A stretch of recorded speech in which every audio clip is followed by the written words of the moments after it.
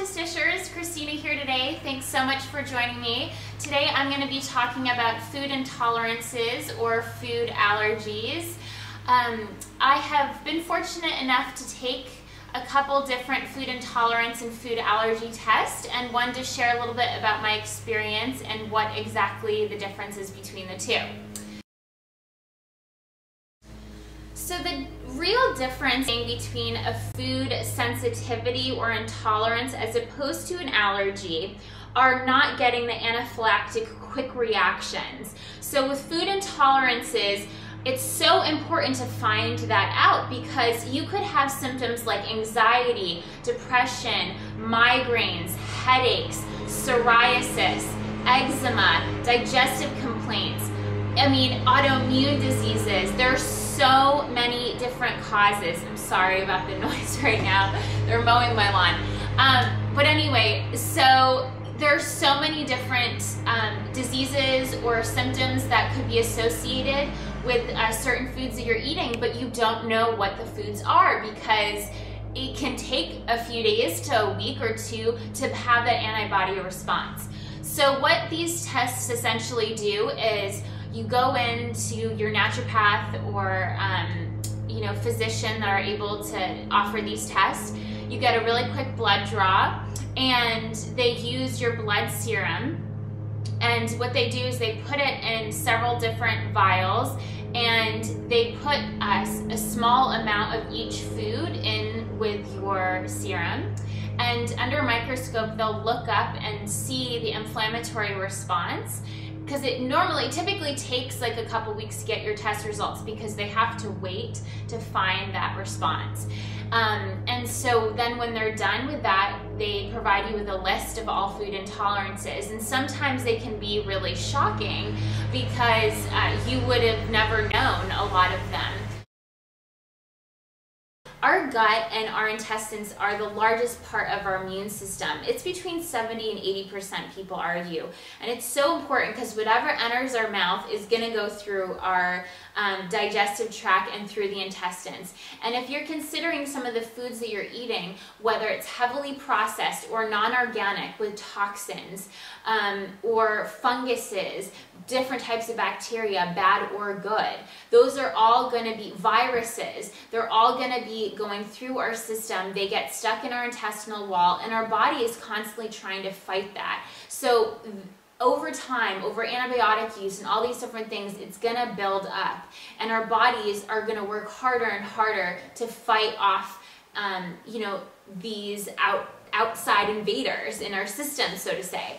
And so it's so important to get that part healthy. And in the test, when I was talking about the intestinal barrier score, it really is the higher number that you have, the more you need to detox, the more you need to clean that out. And having a higher number is going to lead to overall health imbalances and poor absorption and chronic inflammation that could be a cause of so many things. I truly believe that a lot of the autoimmune disorders really start with healthful eating, and that's why a lot of people that have those things find themselves going towards the raw food movement and notice a huge difference. Now, I'm not a doctor, but I can say that from experience of just talking to people and hearing testimonials about how amazing they feel on those type of diets, and it really has to do with that intestinal barrier. In my experience with food allergy test, I have known that I have intolerances, but not allergies per se to dairy products and wheat. I know whenever I consumed those foods before I became vegan, I felt really sick, and I constantly was not feeling well. So finally, when I became vegan, I started noticing that those responses were going away. I had way less mucus production, I lost some weight, and I didn't have like mental fogginess that I had prior when consuming dairy. And I recently, in the past few months, stopped eating gluten, which has been a huge thing for me as well. And I have been gluten intolerant for quite a while, and I've known that. It's one of those things that it's really hard to get away from. But I'm so glad I did, and I feel so much better from eliminating those foods. But some of the other ones you may not necessarily really guess. And what I thought was most interesting about my test results were that I am born to be a raw foods eater. I am born to eat those fruits and vegetables, because everything that came back, I fortunately didn't have any severe food intolerances, which is good. So they give you a number. It's called intestinal barrier number, and that's based on your immune response in the gut and how many food intolerances you have. So obviously the less amount of food intolerances, the better you're absorbing foods and your gut is functioning at a healthier level. We can all definitely improve upon that, and there are several ways to do that. I definitely recommend detoxing, number one. If you're not wanting to detox at the time, I would recommend, taking some probiotics to help your gut. I would recommend cutting out starches and processed sugars and things like that. It's very important to have a healthy gut, be consuming great food, just to keep your stress low, keep your spirits high, and positive attitude and healthy eating, and like I said, just balancing the gut. For people that really have imbalances, things like digestive enzymes can be helpful, but it's really, I really urge you to try more raw foods, because the enzymes are all intact, nothing is killed off, and it is easier to digest for most people. But some people are in such bad shape that they need to, do a process of it and start with cooked vegetables and take different supplements to help move things along. So, and I do recommend watching Dr. Robert Morris's videos on YouTube, and that could help you along your detox if that's something that you're interested in. So my results were a little shocking, because typically when you haven't consumed a food in a long time, you typically don't have an intolerance, or that's from my experience of what I've seen with certain patients. Typically, if you're eating a lot, like a certain food constantly, your body can actually build up an intolerance to it because you're consuming it too much. And one of the things that came up for me, one of the only things that came up for me that I was shocked about really was kale.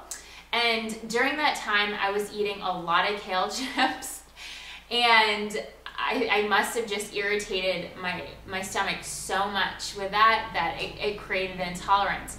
But would I recommend stopping? No, because I do also recommend for detoxing monomealing. So there's a couple different ways to look at this.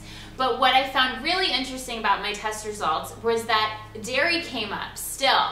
It was a moderate intolerance, but it was definitely high enough to create that moderate intolerance.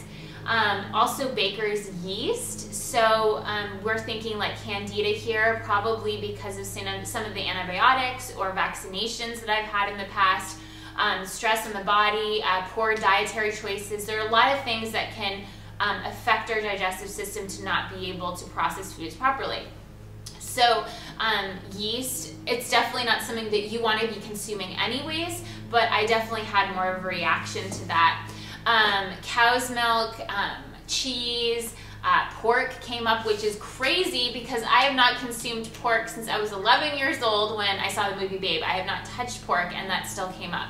So I think that may be just because I haven't eaten it in a while, or because I really am just allergic to it, and I feel like I am born to be a vegetarian and now a vegan. Anyway, so it's pretty cool. So neuroscience, sends you this little nutritional guide, and it had all my test results in them, and it talked about, I'll show you here. So this is my intestinal barrier, was a 264, which actually is pretty good in comparison. I've seen people like in the 600-700 range. So we have the intestinal barrier number. Then we have all of the test results, moderate and low, and the things that I had responses to. Yogurt, beans, all the dairy products. So I thought that was pretty interesting. that they included like a whole plan about how you can eliminate the foods, and talking about, for example, like yeast. Yeast can be found in so many different things, like baker's yeast, brewer's yeast, risen breads, beer, molasses, candy, sweets, crackers, muffins, pizzas, scones, peanut butter, alcohol beverages, all these things. Do you know how hard it is to eliminate like all of those things? Like, that's just for yeast. Yeast is in everything, and I'm talking about like condiments and ketchup.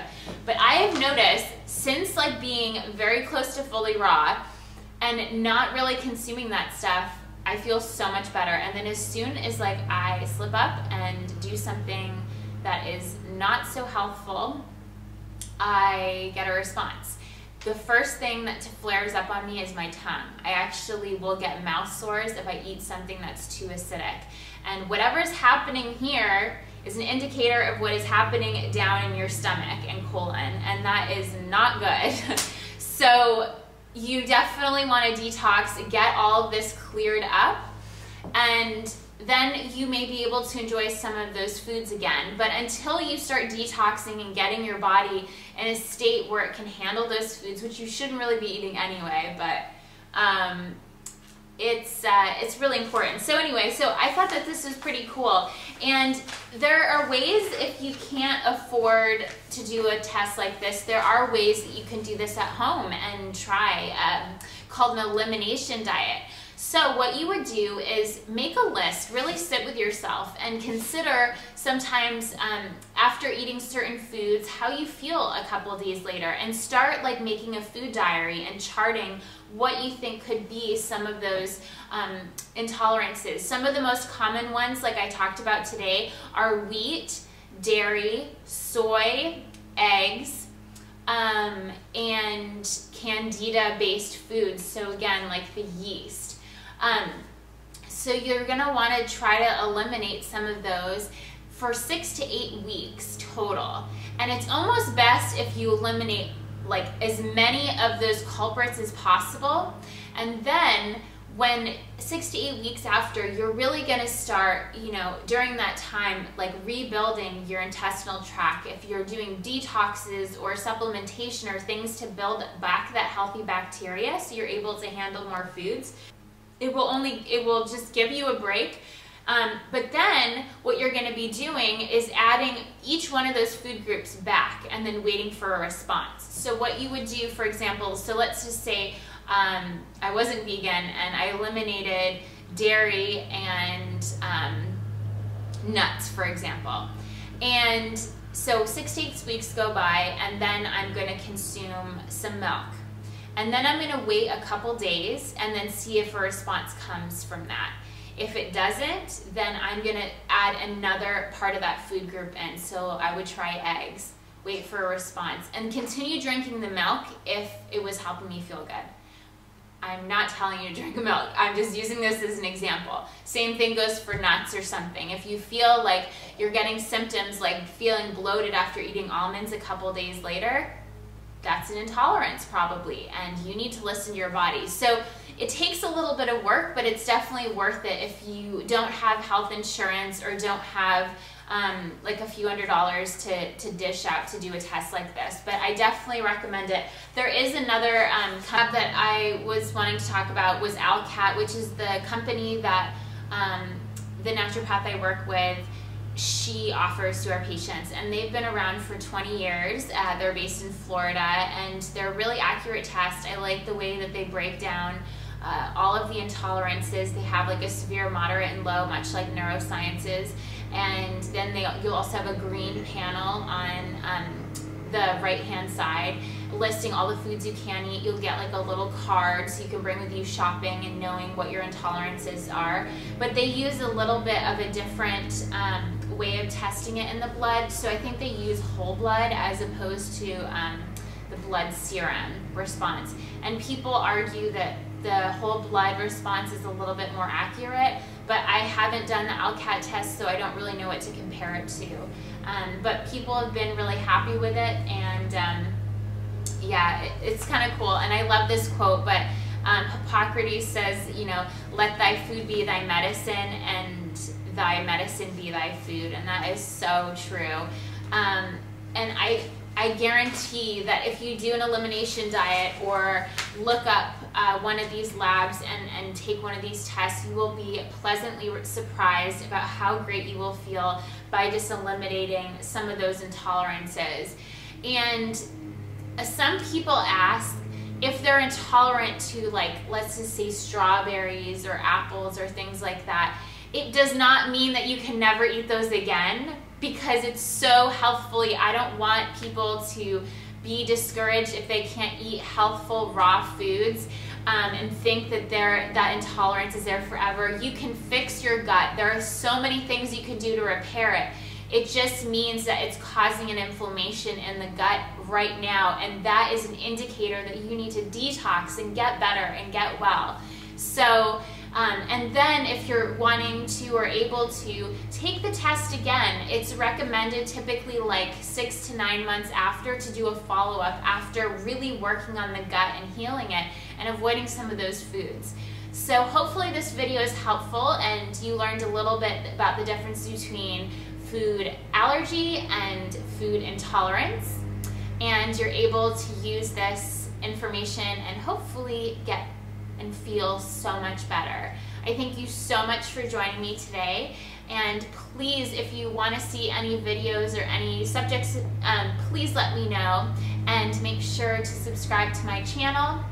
And I hope you have a beautiful day with lots of raw veggies and fruits. Thanks so much, and bye for now.